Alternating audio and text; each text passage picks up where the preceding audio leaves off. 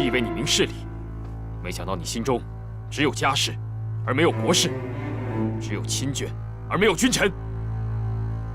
儿臣只是惋惜端叔姑母的际遇，才偶然感叹，希望事有两全，既可全多尔伯特部东归之意，又能保端叔姑母与皇阿玛的兄妹之情。世事难两全，何者为重？你身为皇子，却如此糊涂，却不知你的一言一行传到别人耳里，他们会认为你别有用心吗？你不好好跟永成学做事也就罢了，还背后诸多非议。你出去，在养心殿外罚跪1个时辰，好好思过。多尔伯特部亲王之事，不许再理。儿臣知罪认罚。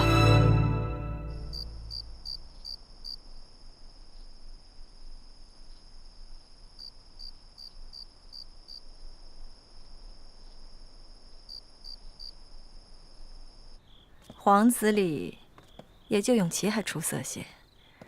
打压了他，咱们母子的日子就好过了。放心吧，额娘，好日子还在后头呢。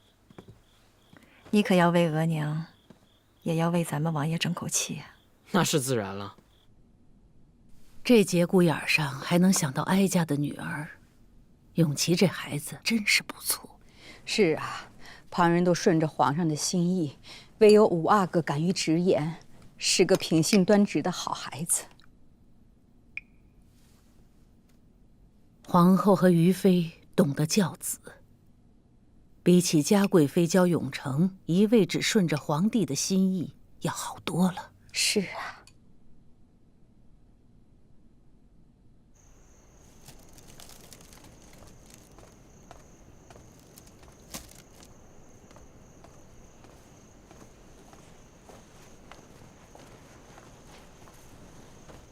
秋夜清寒，五阿哥小心身子。我奉皇阿玛之命在此罚跪，李公公不必额外关照，以免牵连受责。皇上不会责怪的。李公公这话什么意思啊？皇上是责罚您不慎言，可皇上未必喜欢背后议论兄弟是非之人。有人自作聪明告了您一状，您受罚，皇上已经解气，可没被罚的那位，没准皇上更介怀。五阿哥跪了够长时间了，早点回去歇息吧。来，回去吧。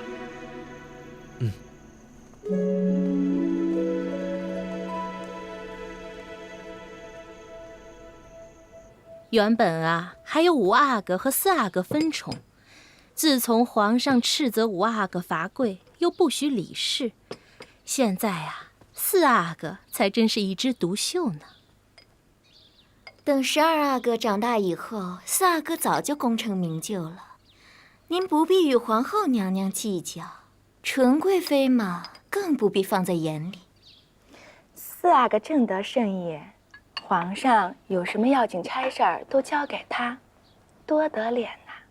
等皇上立四阿哥为太子以后，来日的福气呀，都在后头呢。那就借各位妹妹吉言了。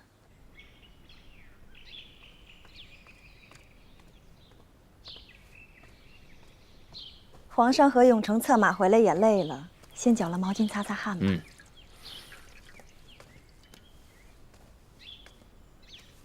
皇上，您这刚出了一身汗，酸梅汤太收敛，冰镇的莲子汤正合适。先给永成吧，他今儿个跑得够久了。谢皇阿玛。皇阿玛骑术甚佳，儿子差一点赶不上。哼。永成，光骑术好可不成，其他的事还要多历练呢。永成啊，近来表现得确实不错。自4月里景色的额驸入晋，朕命永成跟着傅恒到张家口去迎接。这永成啊，于礼仪上十分的娴熟，也得到了傅恒还有额驸的赞赏。这5月里准噶尔内乱后，朕命永成还有永璋同在兵部研习军务。这永成，他的军事之道还有兵书，都要学习的比永璋好许多呀。臣妾谢皇上夸奖。永成，你皇阿玛夸你，你只可更用心，可不许骄傲妄行。我深知自己的不足，要学的地方还有很多，不敢倨傲。对了，朕打算忘记长白山还有松花江，回来谒永陵、昭陵、福陵。永成啊，你就随朕一块儿去吧。永成一个人哪成啊？让三阿哥也跟着吧。永璋不成事，永成一个人陪朕去就行了。听说皇帝此次谒陵，只带了4阿哥，你的永基是嫡子，怎么没去啊？永基才3岁，去了也什么都不懂，臣妾请辞了。嫡子年幼，3阿哥不得圣心。4阿哥是皇帝登基后第1子，才华出众。怪不得外头有传说，永成有继承宗挑之相。不止如此，外头还说什么世宗皇帝是皇4子，皇上也是皇4子，4是吉数，需多加礼敬。闲言碎语，怎配入皇额娘的耳？话当然是闲话，但若真有人生了这样不安分的心思，你是6宫之主，就当管束。是。永成，皇上器重你是好事，可你平时也要伸出手，让能帮你的人都帮得上忙。额娘这是什么意思啊？御氏一族今年进贡，王爷特意来信，说加倍进贡了人参、红缎，还有黄玉给额娘，供你平时上下打点所用。平日在朝中把这些东西分送给大臣，还有家属亲眷们。额娘，皇阿玛疼儿不就够了，费这番功夫做什么？这人参、红缎难得，您自己留着用吧。就是难得才要送呢。你今日送出去的东西，都会变成来日他们为你说的话的。真的假的？平时那些福晋命妇们来给额娘请安，额娘什么时候让他们空手回去过？回去枕头风一吹，哪个男人跑得了？否则在朝廷上，你怎么会有那么好的人缘？还是额娘老道啊。那是自然。如今你离这太子之位就那么几块砖了，必须稳稳地走过去，才算不辜负额娘，不辜负王爷了。儿子记住了。